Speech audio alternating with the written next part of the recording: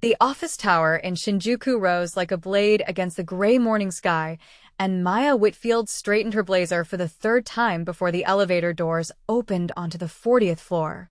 She had been a personal assistant for exactly 4 years, 2 of them at a mid-tier logistics firm that folded without warning, and now she stood in the marble-floored reception of Tanaka Industries with a resume that felt suddenly too thin for the weight of the building around her. The recruiter had called it the largest manufacturing conglomerate in the country.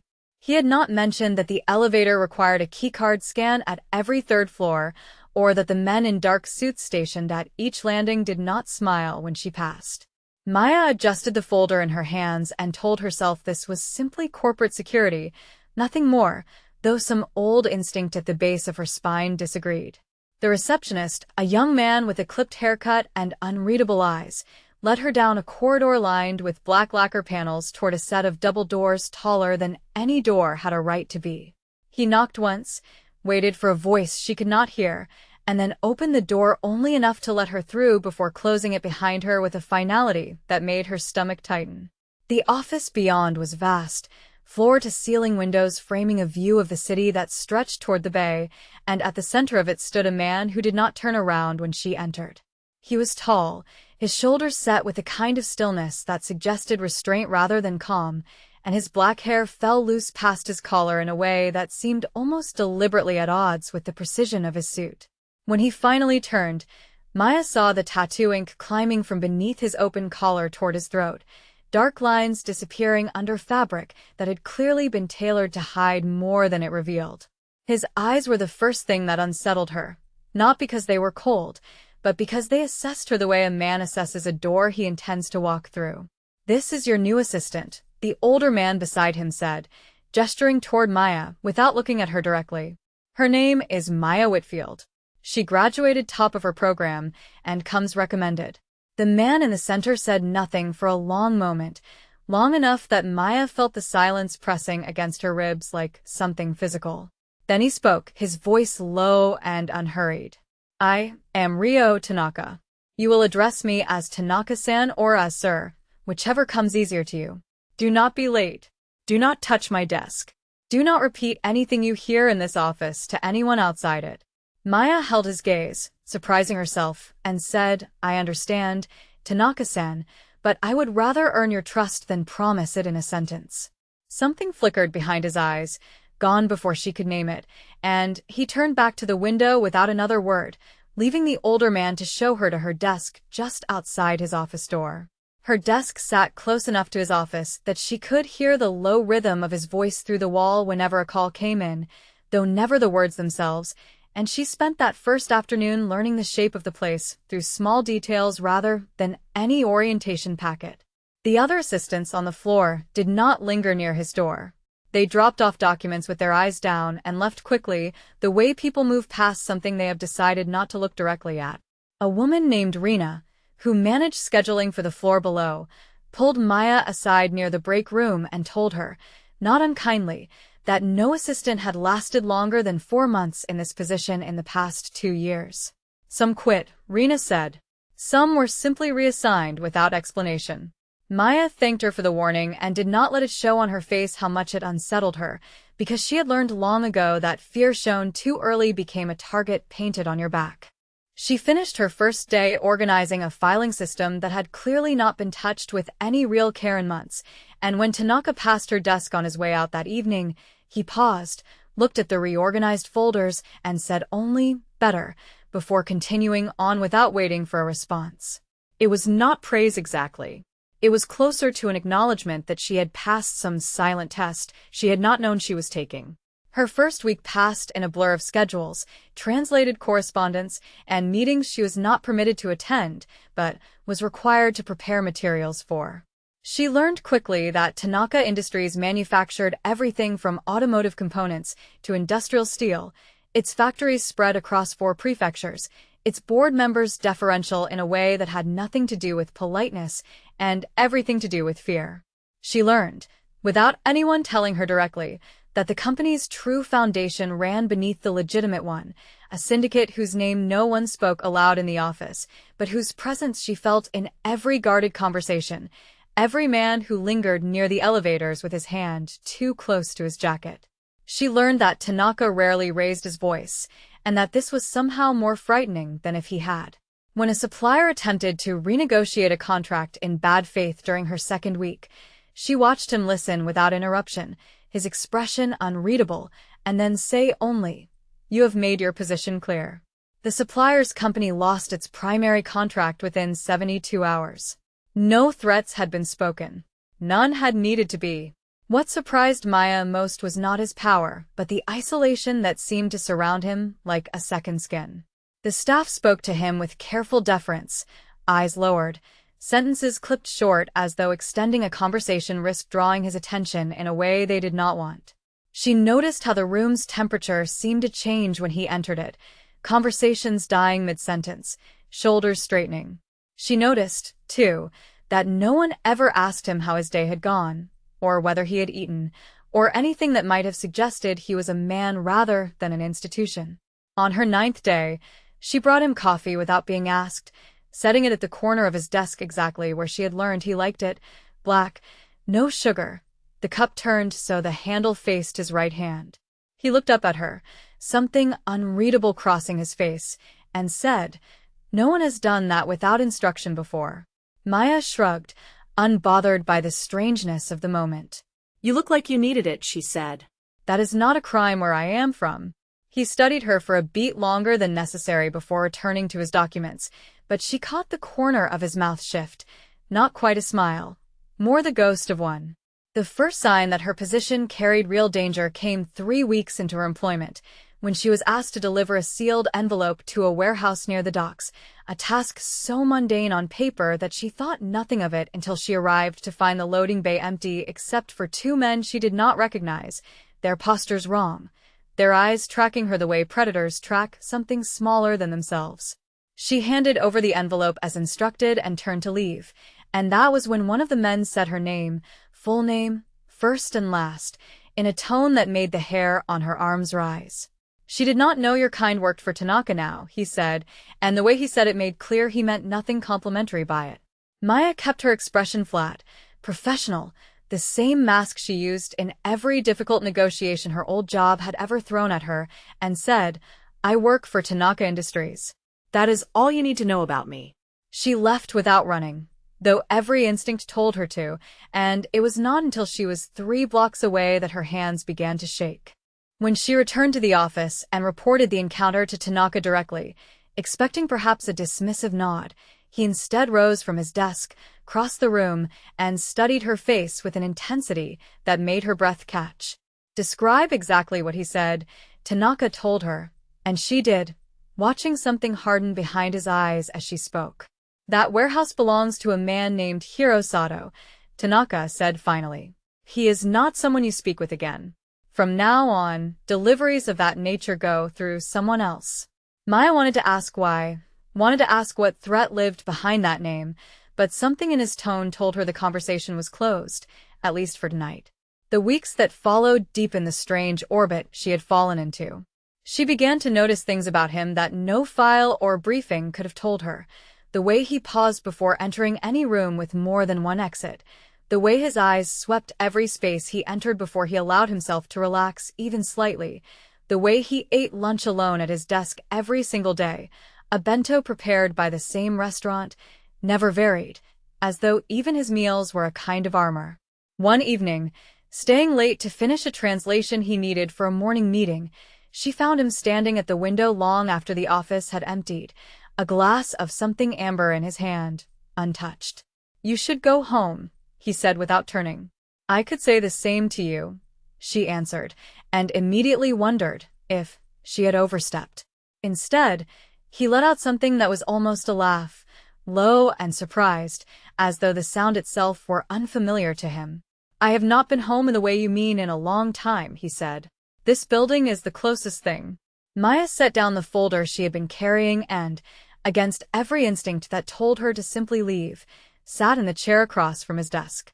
"Tell me about her," she said quietly, some intuition guiding the words before she fully understood why she had spoken them. He turned then, finally looking at her fully, and for a moment she thought she had gone too far, that she would be dismissed on the spot for the audacity of the question. Instead, he said her name was Aiko. She was my second in command, the only person in this organization I trusted without condition. 3 years ago, she was killed in a move meant to send a message to me, not to her. I was too slow to see it coming. Maya did not offer sympathy she suspected he would reject. Instead, she said, that is not a wound that heals by outworking it. He looked at her for a long moment, and something in his face loosened, just slightly, just enough that she understood she had been given something rare, something he did not hand out freely. There were quieter days, too, in the stretch of weeks that followed, days when the danger receded far enough to let something else grow in its place. On one such afternoon, Tanaka asked her to accompany him to a factory floor in Kawasaki, a site he visited rarely because he trusted his managers to run it without him, and Maya watched him move through the plant with an attentiveness that had nothing performative in it, asking a line worker by name about her daughter's university applications, correcting a supervisor's safety protocol with quiet precision rather than public reprimand. On the drive back, the city lights beginning to bloom against the dusk, he was quiet for a long time before he said, "This is the part of the empire no one photographs. The steel, the workers, the ordinary machinery of it. People only ever want to see the other part." Maya, watching his profile in the passing light, said, "Maybe I would rather see this part." He glanced at her then, something unguarded passing over his face before he caught it and put it away again, and neither of them spoke again until the car reached the tower.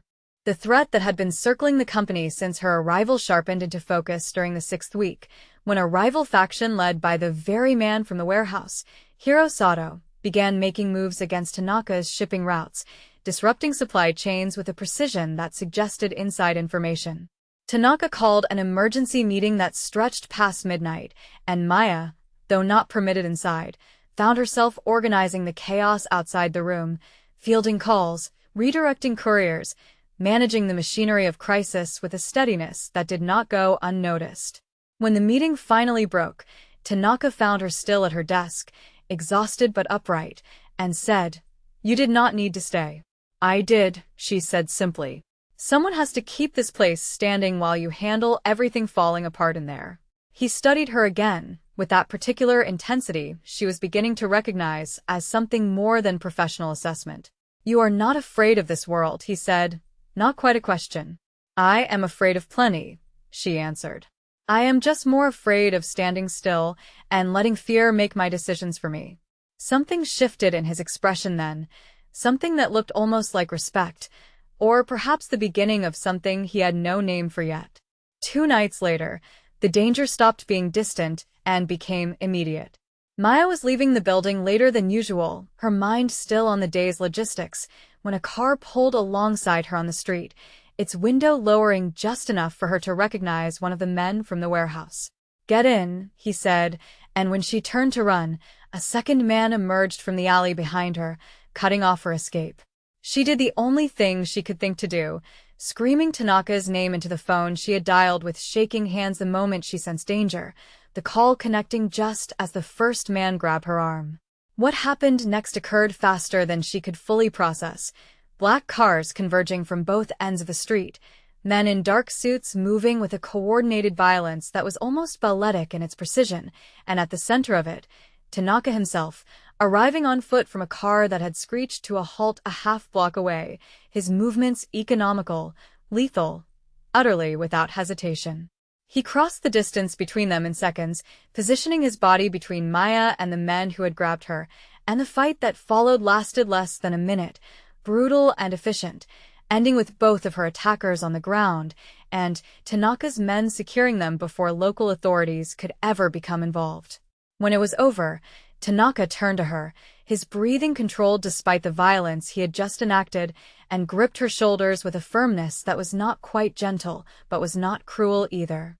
"Are you hurt?" he asked, and she shook her head, adrenaline making her hands tremble even as she willed them still. He did not release her shoulders immediately. Instead he said, quietly, almost to himself, "I cannot lose someone else to this world." The words hung between them, more honest than anything he had said to her before, and Maya, still trembling, still furious at the fear that had gripped her, looked up at him and said, "Then stop trying to protect me by keeping me in the dark. Tell me what I am walking into. I would rather know the danger than be blindsided by it again." That admission cracked something open between them that neither seemed willing to name directly, though it changed the texture of every interaction that followed. Tanaka began speaking to her more openly about the organization structure, the pressures from Sato's faction, the delicate balance of loyalty and threat that kept the empire from collapsing under its own weight. Maya, in turn, found herself less guarded, offering observations about supplier communications that revealed patterns his own analysts had missed, her outsider's perspective cutting through assumptions that had calcified inside the organization for years. It was during one of these late working sessions, papers spread between them on his desk, that she noticed him watching her rather than the documents, his dark eyes tracing the line of her jaw with an attention that made her pulse quicken despite herself. "You are staring," she said without looking up, testing him. "I am thinking," he corrected, his voice lower than usual. "About what?" she asked. "About how a woman who has known me 6 weeks argues with me more honestly than men who have served this family for 20 years, he said. Maya finally met his eyes, holding the contact longer than professional distance allowed. "Maybe they are afraid of you," she said. "I am not interested in being afraid of you, Tanaka-san." He set down the pen in his hand with deliberate slowness, and for a moment the air between them felt charged with something neither of them had permission to name. The confession, when it came, arrived not as romance but as something rawer and more dangerous, spoken during a night when Sato's faction escalated their campaign by attempting to sabotage a shipment at the port, an attack that left 3 of Tanaka's men injured and sent the entire organization into a defensive posture that kept everyone at the office past 2 in the morning. Maya found Tanaka alone on the rooftop terrace, a space she had not known existed until that night, staring out at the city lights with an expression of exhaustion she had never seen on him before. "I told myself hiring you was simply practical," he said without turning as she approached. "I told myself that keeping you close was about efficiency, about competence, about nothing more than that." Maya stood beside him, close enough to feel the warmth radiating from him despite the cold night air. "And now," she asked. "Now I understand I was lying to myself," he said, finally turning to face her fully. "You are the first person in years who has spoken to me as though I were simply a man, not a symbol of fear or an obligation to be managed. I do not know what to do with that." Maya felt something in her chest tighten, dangerous and undeniable. "I am not asking you to do anything with it," she said quietly. "I am just telling you I see the difference too."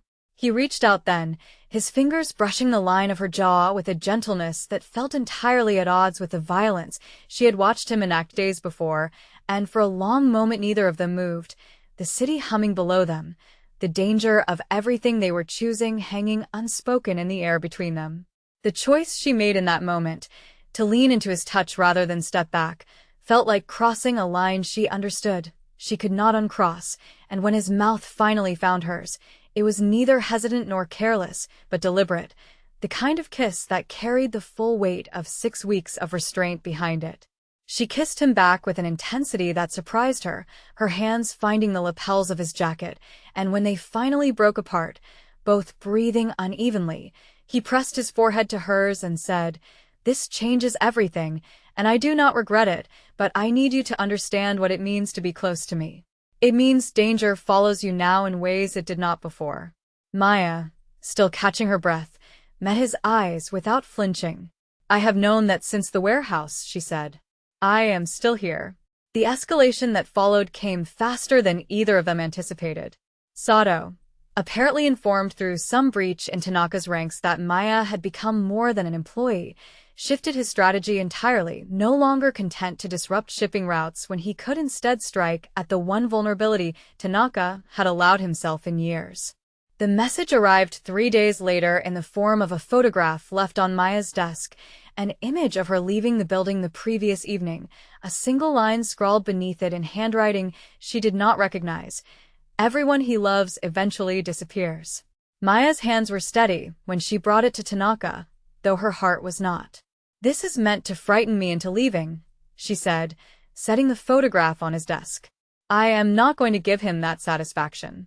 Tanaka's expression, when he looked at the photograph, went through something violent and controlled all at once, his jaw tightening, his eyes going flat in a way that made Maya understand, more clearly than any story he had told her, exactly how dangerous the man across from her truly was. You do not understand what he is capable of, Tanaka said. I watched him take Aiko from me, because I let her matter too visibly. I will not make that mistake twice. Maya crossed the room and took his face in her hands, forcing him to look at her rather than the photograph. Then we do not make the mistake of hiding, she said. We make the mistake of being ready. Let him come. I am not going anywhere, and I am not going to be a woman you protect by shutting me out. I am going to be a woman who stands beside you when this ends. What followed was a week of careful, coordinated preparation, Tanaka's organization tightening its defenses while gathering intelligence on Sato's movements, and Maya, rather than retreating to safety as any reasonable person might have chosen, insisted on remaining close to the operation, her analytical mind proving useful in ways that surprised even Tanaka's most seasoned lieutenants. She discovered, cross-referencing shipment records with supplier communications, a pattern that suggested Sato's information was coming from inside the finance department, a discovery that led to the exposure of a mid-level accountant who had been feeding details to the rival faction for months in exchange for money owed on gambling debts. The breach sealed, Tanaka's men began closing in on Sato's remaining operations with a coordinated pressure that left the rival faction with fewer resources and fewer allies by the day.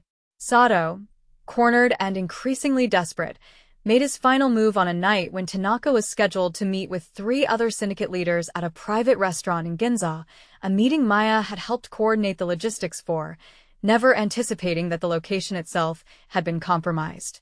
The attack came just as the meeting concluded, gunfire erupting in the restaurant's private dining room as Sato's men breached the building's security in a coordinated assault meant to eliminate Tanaka once and for all. Maya, who had been waiting in the car outside per protocol, heard the first shots and did not hesitate, grabbing the emergency radio from the driver's seat and alerting Tanaka's security team stationed nearby before the driver could even process what was happening. She then did something no one, least of all Tanaka, would have expected. She left the relative safety of the car and moved toward the building's side entrance, a route she had memorized during the logistics planning, understanding that the primary exits would be watched and that Tanaka's escape, if he survived the initial assault, would need an alternative path. Inside, chaos had erupted, gunfire and shouting echoing through the restaurant's elegant corridors, and Maya pressed herself against the wall near the kitchen entrance, waiting, every instinct screaming at her to run in the opposite direction, even as she forced herself to stay. When Tanaka finally emerged from the smoke and confusion, blood on his sleeve, his own weapon still in hand, he was moving toward the main exit, directly into the path of 2 of Sato's men who had positioned themselves to cut off exactly that route.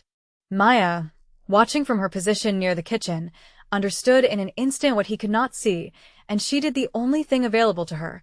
She grabbed a serving cart loaded with dishware from the kitchen's staging area and shoved it directly into the corridor, the crash of shattering porcelain drawing the attention of both gunmen for the crucial half-second Tanaka needed to recognize the threat and react. He moved with brutal efficiency, disarming the first man before he could fully turn, the second falling as Tanaka's return fire found its mark, and in the sudden silence that followed, he turned to find Maya standing in the kitchen doorway, chest heaving, hands still trembling from the adrenaline of what she had just done. "You should not be here," he said, crossing the distance between them in 3 strides. "You would be dead if I were not," she answered, and he did not argue the point, instead pulling her against him with a fierceness that spoke louder than any words could have. The confrontation with Sato himself came less than an hour later, once Tanaka's men had secured the restaurant and traced the rival boss to a warehouse near the same docks where Maya had first been threatened weeks before, a symmetry that felt deliberate, almost taunting. Tanaka insisted Maya remain behind this time, and for once she did not argue the point directly, understanding that some battles required a different kind of presence than hers. But as the hours stretched on without word, she found she could not simply wait, and against every instruction she had been given, She made her way to the warehouse district herself, arriving just as the confrontation inside reached its breaking point. Through a gap in the warehouse's loading bay door, she could see Tanaka standing across from Sato, both men's postures rigid with the particular stillness of people who understood that any sudden movement might be their last. Sato was speaking, something about legacy and territory, and the debts men like Tanaka never truly paid, and Maya understood, watching the scene unfold, that Sato had positioned 2 of his remaining men in the rafters above, their weapons trained on Tanaka from an angle he could not see. She did not think before she acted. She grabbed a length of loose chain from a stack of construction materials near the entrance and hurled it with as much force as she could manage into the metal scaffolding above, the resulting clatter drawing every eye in the warehouse upward for the critical seconds Tanaka needed. He moved instantly, using the distraction to close the distance to Sato and disarm him in a single fluid motion. His men flooding through the entrances. Maya's noise had helped clear the way for the confrontation, ending not in a prolonged gunfight but in a swift and total collapse of Sato's remaining power, the rival boss taken into custody by Tanaka's organization with an efficiency that left no room for further escalation. When it was over, Tanaka found Maya still standing near the entrance, and the look he gave her was not one of anger at her disobedience, but something closer to awe, as though he was only now fully understanding the caliber of the woman standing before him.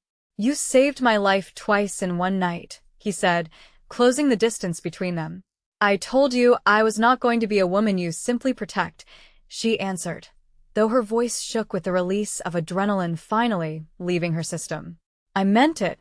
In the weeks that followed Sato's fall, the organization settled into a new equilibrium, the immediate danger resolved, though the underlying world Tanaka inhabited remained as dangerous as it had ever been, a truth Maya had come to accept rather than fear.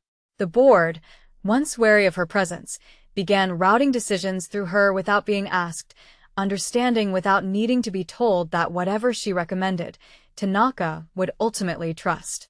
Rina, the assistant who had warned her on that first day, found her in the break room weeks later and said only, "You lasted," with a kind of wonder in her voice that told Maya exactly how rare that outcome had been. Tanaka, for his part, began speaking of her not as his assistant, but as something else entirely, a shift the rest of the office noticed in the way he sought her opinion in meetings, in the way his hand found the small of her back when they walked together through the building, in the way he no longer ate lunch alone but instead insisted she join him, the bento now ordered for 2. One evening, weeks after the warehouse confrontation, they stood together on the same rooftop terrace where he had first kissed her, the city spread out beneath them in its endless glittering sprawl, and Tanaka said, without preamble, "You could have left after that night. Any reasonable person would have." Maya leaned into his side, feeling the steady warmth of him beside her. "I am not interested in being reasonable," she said. "I am interested in staying." He turned to look at her then, and something in his expression, some final wall she had not even realized still stood between them, seemed to fully come down. "I do not know how to be soft," he admitted. "I have spent so long being exactly what this world required of me that I am not certain what is left underneath it." Maya reached up and traced the line of his jaw, the same gesture he had once used on her. "Then let me find out with you," she said. "Not because I need you to be soft. Because I want to know all of it, the hardness and whatever is underneath it too." He did not answer with words. Instead, he pulled her close, one hand finding the curve of her waist with a certainty that had nothing tentative left in it, and kissed her with the particular kind of intensity that came from a man who had finally stopped fighting what he felt. When they broke apart, the city lights reflected in his dark eyes, he said her name, Maya, and it sounded different than it ever had before, not an assistant's name spoken in passing between tasks, but something claimed, something chosen. Below them, the city continued its endless motion, indifferent to the 2 figures on the rooftop, but for Maya, standing in the circle of his arms with the wind pulling at her hair and the weight of everything they had survived settling into something that finally felt like peace, the noise of the world below felt very far away indeed. She did not know what tomorrow would bring, what new threat might rise from the shadows of an empire built on danger, but she knew, with a certainty that surprised her in its steadiness, that whatever came next, she would not be facing it as a woman standing outside his world looking in. She would be standing beside him, exactly where she had chosen to be. If you made it this far, let me know in the comments where you are watching from tonight. And if you love this story, hit subscribe because there is a lot more where this came from, waiting for you right here.